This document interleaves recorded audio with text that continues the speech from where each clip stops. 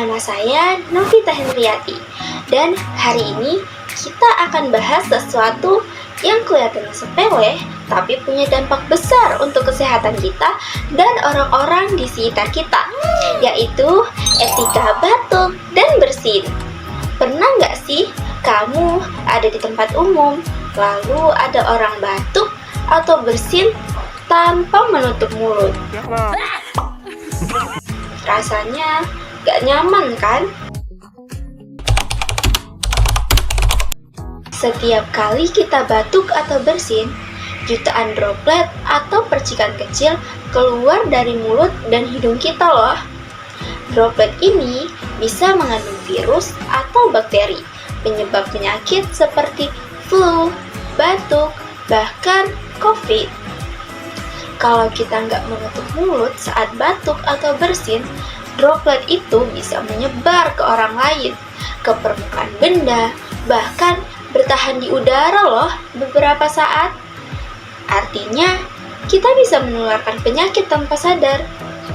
Etika batuk dan bersin bukan cuma soal sopan santun, tetapi juga soal tanggung jawab sosial dan kesehatan bersama. Nah, gimana sih cara batuk dan bersin yang benar? Yang pertama, tutup mulut dan hidung dengan tisu saat batuk atau bersin. Yang kedua, kalau nggak ada tisu, gunakan bagian dalam siku, bukan tangan. Kenapa bukan tangan?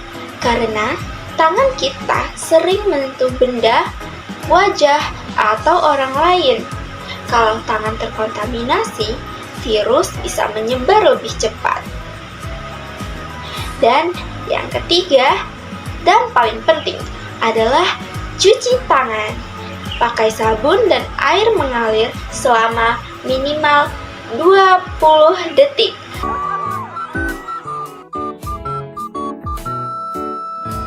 Kalau nggak ada air, gunakan hand sanitizer berbasis alkohol. Bayangkan kalau semua orang menerapkan etika batuk dan bersin. Resiko penularan penyakit bisa turun drastis. Kita bisa melindungi orang tua, anak-anak, teman, bahkan orang asing yang kita temui di jalan. Etika kecil, tapi dampaknya besar. Kita nggak pernah tahu siapa yang punya daya tahan tubuh lemah. Dengan kebiasaan sederhana ini, kita ikut menjaga kesehatan komunitas. Jadi, mulai sekarang, yuk biasakan batuk dan bersin yang benar. Tutup mulut, pakai tisu atau siku, dan jangan lupa cuci tangan. Karena sehat itu tanggung jawab bersama. Terima kasih sudah menonton. Semoga bermanfaat.